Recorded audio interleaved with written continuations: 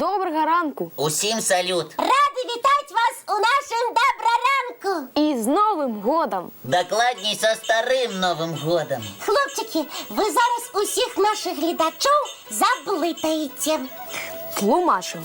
Сьогодні перший день старого Нового года. Додаткове свято з'явилося со зміною календарів. Григоріанський змінився на юліанський, по яким живуть амаль усі на землі. Календари змінили, а свято початку года засталося. І тому сьогодні можна віншувати один одного со старим Новим годом і дарити подарунки. А яшчэ сьогодні обов'язково зробіть подарунки своїм хатнім ходованцям. Скажу вам по секреті, що сьогодні день, коли треба прибирати своїх пухнатиків і довгохвостиків.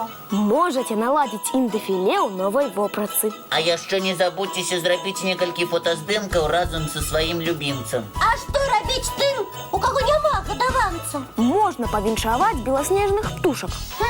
А чому менавіта їх? Тому що тут тільки один раз на год. І вони відзначають своє свято і приймають віншування. Да давайте разом згадаємо, яких птушок ми можемо сьогодні повіншувати. Перш за все, я повіншую свого сябра Буслика з Колиханки. Правильно! У його сьогодні два святи. Буслик, не спішайся подростати. І не забувайся зашпілюватися на всі гузики, коли пойдеш на вулицю. Сьогодні морозне надвор'я. Яшчэ треба обов'язково повіншувати білосніжного голуба міру. Гэта птушка – символ міру і надзеі. А яшчэ можна павіншаваць і белую курапатку. Гэта вельмі цікавая птушка. Яна умее заміраць на месцы, калі адчувае небяспеку. Гэтая птушечка можа таксама мяняць колер свайго пер'я. На снезе яна белая, а вясной можа быць і шэранькай, і з чырвонымі плямкамі. Яшчэ белая курапатка – гэта птушка, якая не любіць лятаць. Што? Любіць палайдачыць? Не, яна добра умее бегаць па снезе і зусім не баіцца моцнага ветру. Яшчэ абавязкова павіншуйце вельмі прыгожых і велічных птушак белых лебедзяў. А можа, лебедзі зімуюць на вадаёме каля вашага дома? Тады разам з дарослымі схадзіце на бераг і паглядзіце, як там птушачкі. Можаце прынесці ім вялікі пачастунак. Прапаранае зерне, парэзаны на кавалачкі морквы ці яблычак. І не забудзьцеся, сябры, калі ласка, пакінуць пачастунак птушкам у кармушцы каля свайго дому. Так. А зараз для ўсіх беласнежных птушак і для нашых гледачоў цікавы ранішні мультфільм.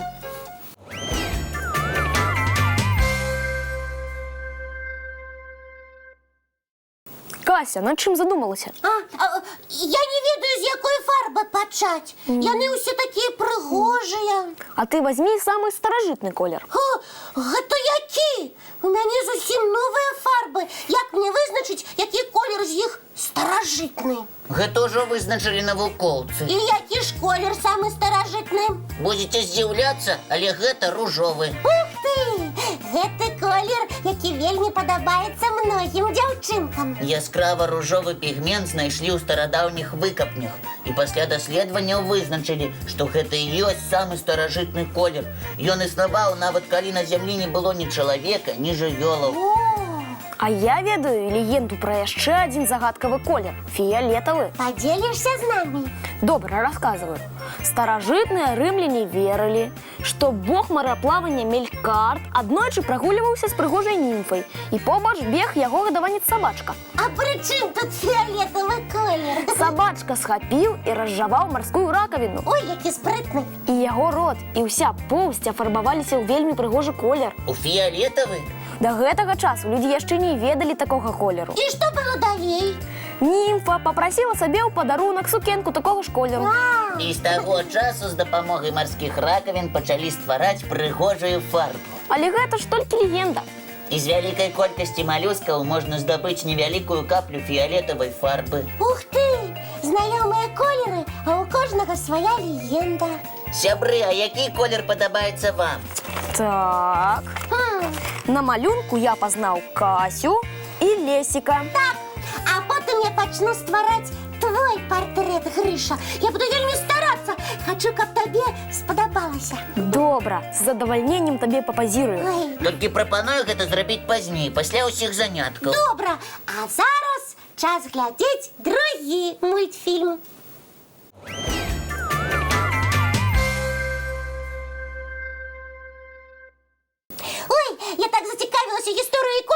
что так само знайшла легенду про фиолетовую фарбу. Яна не звязана з морскімі хвалями. Не, слухайте.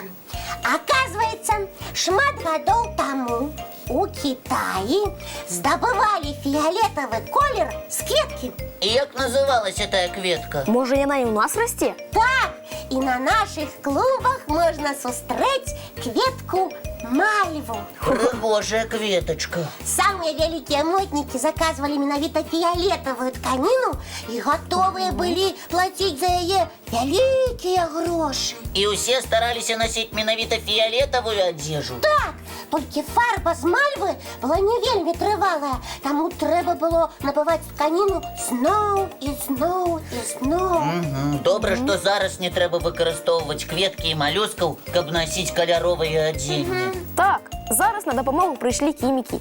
Яны ведаюць, як стварыць прыгожыя трывалыя фарбы. Сябры, зараз за акном усё такое бялюткае, быццам вялікі аркуш паперы. Зямля адпачывае пад белай мяккай коўдрай. Але хутка настане вясна, сонейка растопіць снег і ўсё зноў будзе рознакаляровым, як і было.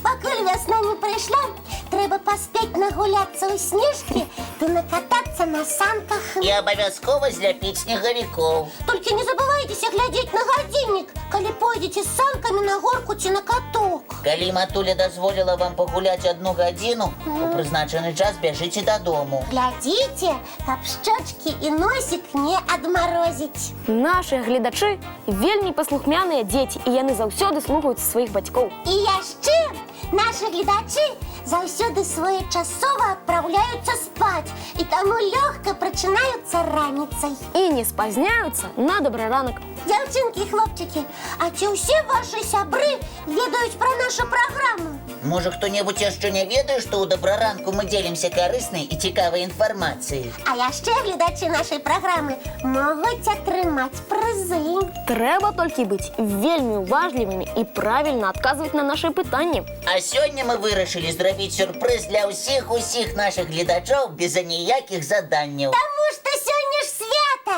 стары Новы год. І мы дорым вам яшчэ адзін вясёлы мультфільм.